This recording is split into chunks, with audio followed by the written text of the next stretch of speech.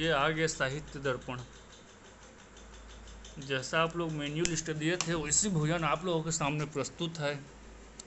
10 रूपक बोले थे तो प्रयास करके 10 रूपक के बारे में बता दिए।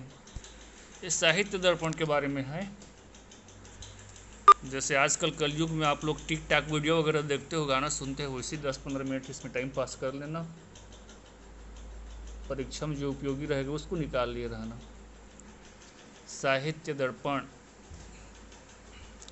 साहित्य दर्पण क्या है? साहित्य दर्पण किसको कहेंगे? और बहुत से, जैसे कि काव्य प्रकाश है, उसका यह विपरीत है। अब मम्मट का दुश्मन कौन है? विश्वनाथ है, समझ जाओ। यहाँ पर मम्मट ने जो भी कहा, जो भी लिखा, उसका विपरीत बताने वाला कौन है? विश्वनाथ। साहित्य दर्पण, साहित्य को दिखाने वाला। दर्पण जिसमें हम चेहरा देखते हैं, दर्पण अर्थात कि जिसमें चेहरा देखते हैं। साहित्य मतलब वह साहित्य कैसे रहना चाहिए, कैसा दिखना चाहिए। जिस प्रकार हम सो को उठते हैं तो अपना चेहरा देखते हैं, बालों को संवारते हैं, सब तरफ को साफ करते हैं, मुंह को धोते हैं। उसी प्रकार से साहित्य कैसे रहना चाहिए, उसमें क्या समावेशित रहना चाहिए और क्या समावेशित नहीं रहना चाहिए, उसके बारे में विश्वनाथ ने इसमें बताया है। स्टार्ट करते हैं प्रथम परिच्छेद। ऐसे तो ये बहुत कॉमेडी ग्रंथ है, इसको प्रत्यक्ष प्रमाण से पढ़ाते तो मज़ा आता। हाँ, लेकिन मज़ा के साथ कुछ लोगों का सज़ा भी हो जाता, बेइज्जती हो जाता है ना कुछ लोगों का, पूछ देने से या कुछ कर देने से। इससे अच्छे इसको टिक टाक वीडियो कॉमेडी की तरह देखते रहो। अब मंगलाचरण, कोई भी ग्रंथ इत्यादि पढ़ते हैं, निर्विघ्न के समाप्ति के लिए क्या रहता है? वहाँ पर मंगलाचरण बताया जाया रहता है। हाँ, निर्विघ्न की समाप्ति के लिए। अब यहाँ पर ग्रंथकार ने वाग्व देवता सरस्वती का अनुकूलता का आधान करते हुए यह लिखा है। हाँ, वाग्व देवतायाः सा मुख्य माध्यते। वाग्य देवता ही मुख्य हमको विद्या प्रदान करने के लिए, तो वाग्व देवता अर्थात कि कौन है? सरस्वती माता के लिए यहाँ पर विश्वनाथ के द्वारा मंगलाचरण लिखा गया है। शरद दिंदु सुंदर रुचि सच्चेतसी सा मे गिराम देवी अपहृत्य तमः संततम मर्थान अखिलाम प्रकाशयतु। अपहृत्य तमः, अपहृत्य अपहरण करो, विनाश करो। तमः जो अंधकार रूपी है, जो अंधकार है, जो अज्ञान रूपी अंधकार है, ठीक है, उसको क्या करो? अपहृत्य करो, उसका विनाश करो।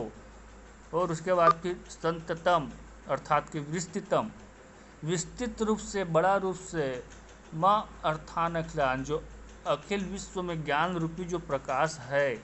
हाँ, समस्तान अखिलान अर्थात कि समस्तान, हाँ, समस्त जो ज्ञान रूपी प्रकाश है उसको प्रकाशित करो। किसको कहा जा रहा है? अब देखिए प्रथम चरण को। हाँ, शरद दिंदु सुंदर रुचेतसी। शरद दिंदु अर्थात कि शरद ऋतु के समान, दंदु अर्थात कि क्या हो गया? चंद्र के समान, शरद ऋतु के चंद्र के समान। शरद ऋतु में जो चंद्रमा रहता है, हाँ, पूर्ण रूप से मतलब खिला हुआ चंद्रमा, पूर्ण रूप से प्रतीत होने वाला चंद्रमा देखने में क्या है? मतलब कि सुंदर चेतसी, हाँ, सुंदर कांति प्रदान करने वाला रहता है, सुंदर कांति प्रदान करने वाला रहता है। उसी प्रकार सा में गिराम देवी, उसी प्रकार जो श्रुति वेद है, स्मृति है, पुराण आदि की जो अधिष्ठात्री देवी है, हाँ, जिस प्रकार से शरद ऋतु का चंद्रमा अपने कांति से, अपने प्रकाश से सभी तरफ को क्या है? उज्जवल कर देता है, प्रकाशमान कर देता है। सा में गिराम देवी, इसी प्रकार से जो वेद पुराण का देवी है, वेद पुराण की जो देवी है, श्रुति स्मृति पुराण इत्यादि की जो देवी है, वह मेरे क्या करे? अपहृत्य तमः, मेरे अंदर जो तमह है, अंधकार है, जो अज्ञानता है, उसको क्या करे? मतलब कि दूर करे। संततम अर्थात कि उसको विस्तृत रूप से दूर करते हुए क्या करे? अर्थान अखिलान, पूरे मतलब कि अखिल विश्व में, दुनिया में, जगत में, हाँ, जो ज्ञान है उसका प्रकाशन करे। कौन करे? माता सरस्वती करे। अर्थात हमारे अंदर जो अंधकार है उसको माता सरस्वती दूर करे और प्रकाश को क्या करे, मतलब कि स्थापित करे, अर्थात कि ज्ञान को स्थापित करे। इस प्रकार से विश्वनाथ जी ने क्या किया, सरस्वती माता का वंदना किया है। हाँ, ज्ञान की देवी से ऐसे वंदना किया है। अब यहाँ पर पढ़ रहे हैं, पहले ही बताया कॉमेडी है ये, जहाँ पर दो लोग लड़ते हैं, बहस होते हैं, वहाँ पर समझदार आदमी क्या करता है, मज़ा ले लेता है। अब लड़ना मतलब कि यहाँ पर शास्त्रार्थ जहाँ पर होता है, शास्त्रार्थ जहाँ पर होता है दो लोगों में, वहाँ पर जो समझदार रहता है वो क्या करता है, दोनों लोगों को ज्ञान को मतलब कि क्या कर लेता है, मतलब कि तुलना कर लेता है, जान लेता है कौन कैसा। तो यहाँ पर शास्त्रार्थ हो रहे, समझ जाइए, काव्य प्रकाश तो पढ़ चुके हो और साहित्य दर्पण पढ़ रहे हो, दोनों के बीच में, मम्मट और विश्वनाथ के बीच में। आगे पढ़ते जाओगे तो मज़ा आएगा, और जो लोग पढ़ चुके हैं वो देख लेंगे आगे और बताएंगे, आगे वीडियो बना दिया जाए उनके लिए। अब यह जो ग्रंथ पढ़ रहे हैं साहित्य दर्पण, वह क्या है, काव्य का अंग है। जितने काव्य पढ़ते हैं तो यह भी काव्य है। हाँ, काव्य पेड़ है, मुख्य शाखा, मुख्य है, मुख्य पेड़ है जो जड़ है, और शाखा अन्य है। काव्य प्रकाश भी काव्य है, साहित्य दर्पण भी, जितने पाठ्य पुस्तक सब काव्य थे, काव्य का अंग है। तो इसके पढ़ने का फल भी रहना चाहिए। कोई भी कुछ भी कर्म करता है तो उसका फल रहता है, तभी करता है। खाना भी खाते हैं, भूख लगता है, पेट भरता है, शरीर स्वास्थ्य ठीक रहता है तो खाना खाते हैं, या फिर खाने का भी किसी को शौक नहीं, चुपचाप बैठे रहते। हाँ, स्वाद रहता है तो खाना खाते हैं। फल अर्थात किसी भी कार्य को करते हैं तो कुछ न कुछ फलवत्ता रहता है। उसी प्रकार से काव्य पढ़ते हैं, चाहे जो भी काव्य हो, तो काव्य पढ़ने का भी फल रहना चाहिए। ठीक है, काव्य पढ़ने का फल रहना चाहिए, तभी तो इसको पाठ्यक्रम में शामिल किया गया है। इसका फल क्या है, ये काव्य फलन्याह, काव्य फल बताइए या काव्य का प्रयोजन बताइए। आता है प्रश्न, इसमें हर साल आता है, देख लेना प्रश्न पत्र को। फल, प्रयोजन, जस्ट काव्य प्रकाश पढ़े थे, काव्य का फल, काव्य का प्रयोजन। हाँ, मंगलाचरण के उपरांत वैसे ही काव्य का फल यहाँ पर बताया जा रहा है, बस वर्ड अलग अलग है। चतुवर्ग फल प्राप्ति है, सुखादल्पधियामपि काव्यादेव इस्तस्तेन तत्स्वरूपम निरूप्यते, तत्स्वरूपम निरूप्यते। चतुर्थ चरण, उसका स्वरूप का या लक्षण का निरूपण किया जा रहा है। काव्य का स्वरूप भी कहते हैं, काव्य का लक्षण भी कहते हैं, काव्य का फल भी कहते हैं, सब एक ही है, ध्यान में रखे रहना। कभी कभी ऐसा होता है प्रश्न को उत्तर मालूम रहता है लेकिन प्रश्न समझ नहीं आता, बिना लिखे बिना आ जाते हैं। अब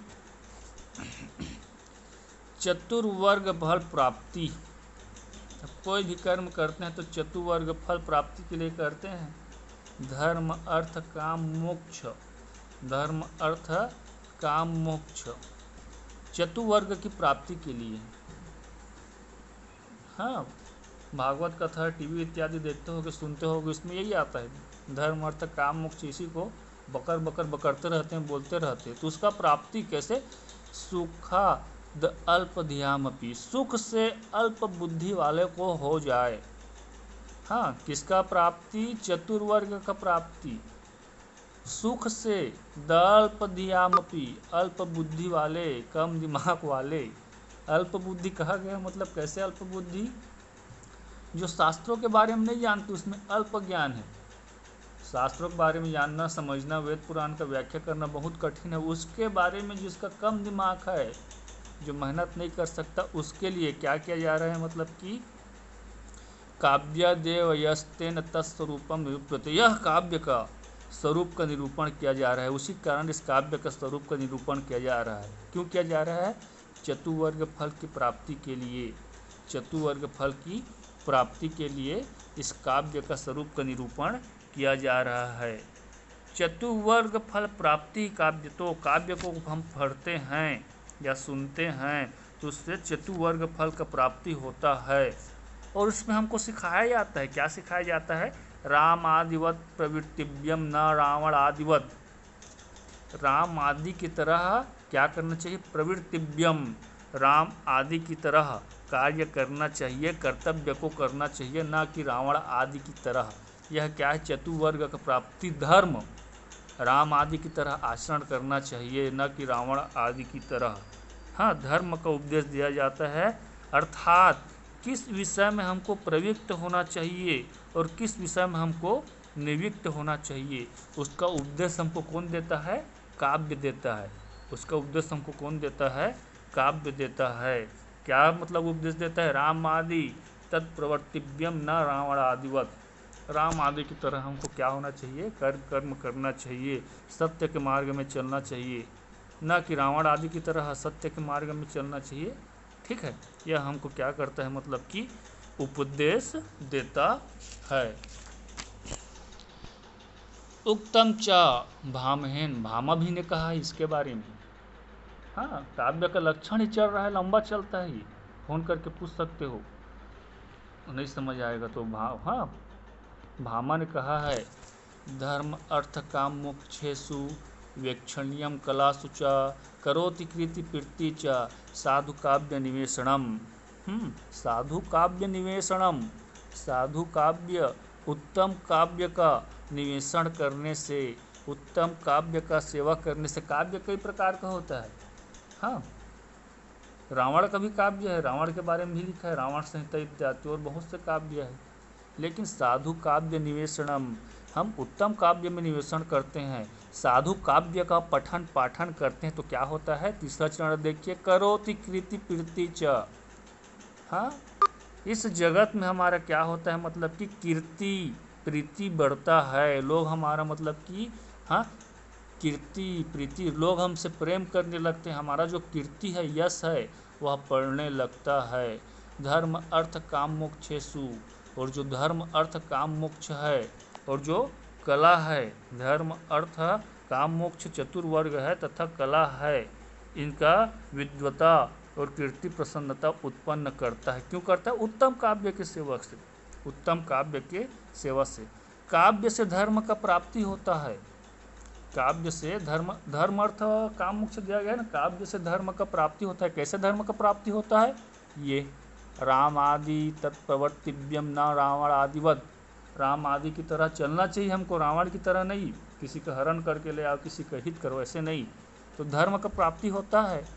और धर्म से क्या होता है, धर्म से इच्छा पूर्ति होता है, अर्थात धर्म से अर्थ का प्राप्ति होता है। अब धर्म है, जैसे कि देखिए इसमें एक और बात, एका शब्द धर्म के बारे में बताया जा रहा है, एका शब्द सप्रयुक्त सम्यक ज्ञाता स्वर्गलोके काम दुग्ध भवती, यह उसी में से है। हाँ, फोटो खींचते नहीं बना तो इसको लिखा हूँ पेन से, जो भगवान नारायण का चरण कमल इत्यादि होता है, स्तोत्र पठन पाठन इत्यादि किया जाता है। हाँ, एक भी शब्द लोक और स्वर्ग लोक में इच्छा पूर्ण कराने वाला रहता है। एक शब्द एक वेद वाक्य। वाल्मीकि एक ही शब्द पकड़ा था पहले, क्या शब्द पकड़ा था, राम शब्द को, वो भी क्या निकलता था, मरा मरा मरा निकलता था। हाँ, तो जो काव्य है उससे हमको धर्म का प्राप्ति होता है, और धर्म से अर्थ अर्थात कि धन का प्रत्यक्ष सिद्धि है। धर्म करेंगे जब अच्छा से, अभी आपका धर्म क्या है, छात्र हो तो पढ़ने लिखने का, अच्छा से पढ़ोगे, मेरिट आओगे, कल के दिन में अच्छे पोस्ट में नौकरी करोगे। हाँ, अर्थ का प्राप्ति होगा ही होगा, और अर्थ का प्राप्ति होगा तो काम अर्थात कि विषय सुख का प्राप्ति।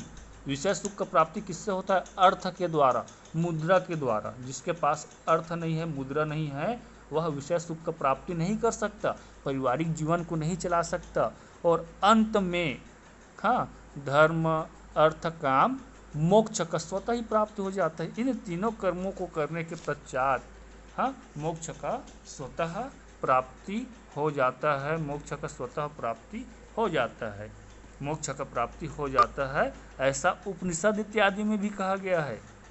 चतुर्वर्ग फल प्राप्ति ही वेद शास्त्रभ्य निरस्तय, और जो वेद शास्त्र है उसको भी पढ़ने से क्या होता है, चतुर्वर्ग का प्राप्ति होता है। लेकिन निरस्तया, वेद को पढ़ोगे तो षड्वेदांग पढ़ना पड़ेगा, बहुत जटिल है, बहुत कठिन है, बहुत विस्तृत है, उसको पढ़ने में बहुत ज़्यादा मेहनत करना पड़ेगा। बहुत जोड़ तोड़ करना पड़ेगा, बहुत लोगों के पास जा कर के शिक्षा लेना पड़ेगा। निरस्तया, और उसमें कोई रस नहीं है। निरस्तया कठिन है, जो कठिन रहता है वह निरस रहता है। दुखादेव, और बहुत दुख प्राप्त करके वेद शास्त्रों का ज्ञान प्राप्त कर पाओगे आप। और वह परिणत बुद्धि नामे वजायते, परिणत बुद्धि वालों के लिए है, एकदम बुद्धिमान परिणत, जो नख सिख एक करने वाले हैं उनके लिए होता है वेद शास्त्र इत्यादि, और वही उसको समझ पाते हैं। लेकिन जो अल्प बुद्धि वाले हैं उनके लिए आगे देखिए, परमानंद, सदोह जनक तनिया, सुखादेव, सुकुमार बुद्धि नाम अपनी पुनः काव्य देव। सुकुमार बुद्धि, एकदम सुकुमार बुद्धि वाले हैं, जो कम मेहनत करके थोड़ा बहुत पढ़ करके काव्य के बारे में जान करके, ठीक है, धर्म अर्थ काम मोक्ष का प्राप्ति कर ले, उनके लिए यह क्या है, मतलब कि शास्त्रपना है। उनके लिए यह जो साहित्य दर्पण है वह बना है। कितना टाइम हुआ? 15, थोड़ा सा और बचा है क्या? हाँ, इसीलिए यहाँ पर इसको बताया जा रहा है। और आगे क्या लिखा है, तो ननु तरही परिणत बुद्धि भी है। तो शंका किया जा रहा है, देखिए फिर पुनः अपने से प्रश्न कर रहा है। तब जो परिणत बुद्धि वाले हैं वह वेद शास्त्रे सुकिमति काव्य यत्न करणीयम वक्तव्यम। जो परिणत बुद्धि वाले हैं उनको वेद शास्त्र का अध्ययन तो नहीं करेंगे। वेद शास्त्र का भी अध्ययन करेंगे तो हमको क्या मिलेगा, धर्म अर्थ काम मोक्ष का प्राप्ति। और इधर काव्य का, साहित्य दर्पण का हम लोग अध्ययन करेंगे तो भी उन्हीं की प्राप्ति होगा, चतुर्फल वर्ग का। तो क्यों करेंगे वेद शास्त्र का अध्ययन? तो बिल्कुल सही है, उसके लिए लिखा गया, देखिए, कटु कौषधि उपसन्यस्य रोकस्य शीत शर्करोपि शीत शर्करोपशमनित्वे कस्य वा रोगिणा शीत शर्करा प्रवृत्ति साध। देखिए, कटुक औषध, अब कोई बीमार व्यक्ति है, एकदम बीमार पड़ा है, मरने वाला है, अब वो वैद्य के पास जाता है तो क्या करेगा, एक गिलास में कटुक औषधि को रखेगा, उसको पियोगे तो एकदम कड़वा गाढ़ा की तरह, एकदम खराब, उल्टी हो जाएगा। और एक गिलास में शीत शर्करा रोप समृत्वे, एक गिलास में शक्कर रसमलाई से युक्त, जिसको देखते ही मुंह पानी आ जाएगा, उसको रखेगा और बोलेगा रोगी को कि दोनों में से किसी को पियो, तुम्हारा स्वास्थ्य ठीक हो जाएगा। तो रोगी किसको पिएगा, जो शक्कर मधुरस शीत से युक्त है उसको पिएगा, कटुक औषध को नहीं पिएगा। इसलिए इसको यहाँ पर बताया गया है। और आगे दूसरा वीडियो में बताया जाएगा, ये लंबा हो जाएगा, फिर चलिए अच्छे से बताएंगे। आगे पढ़ते जाओगे ना तो कॉमेडी ही इसमें पूरा ठीक ठाक वीडियो है। बंद हो जा।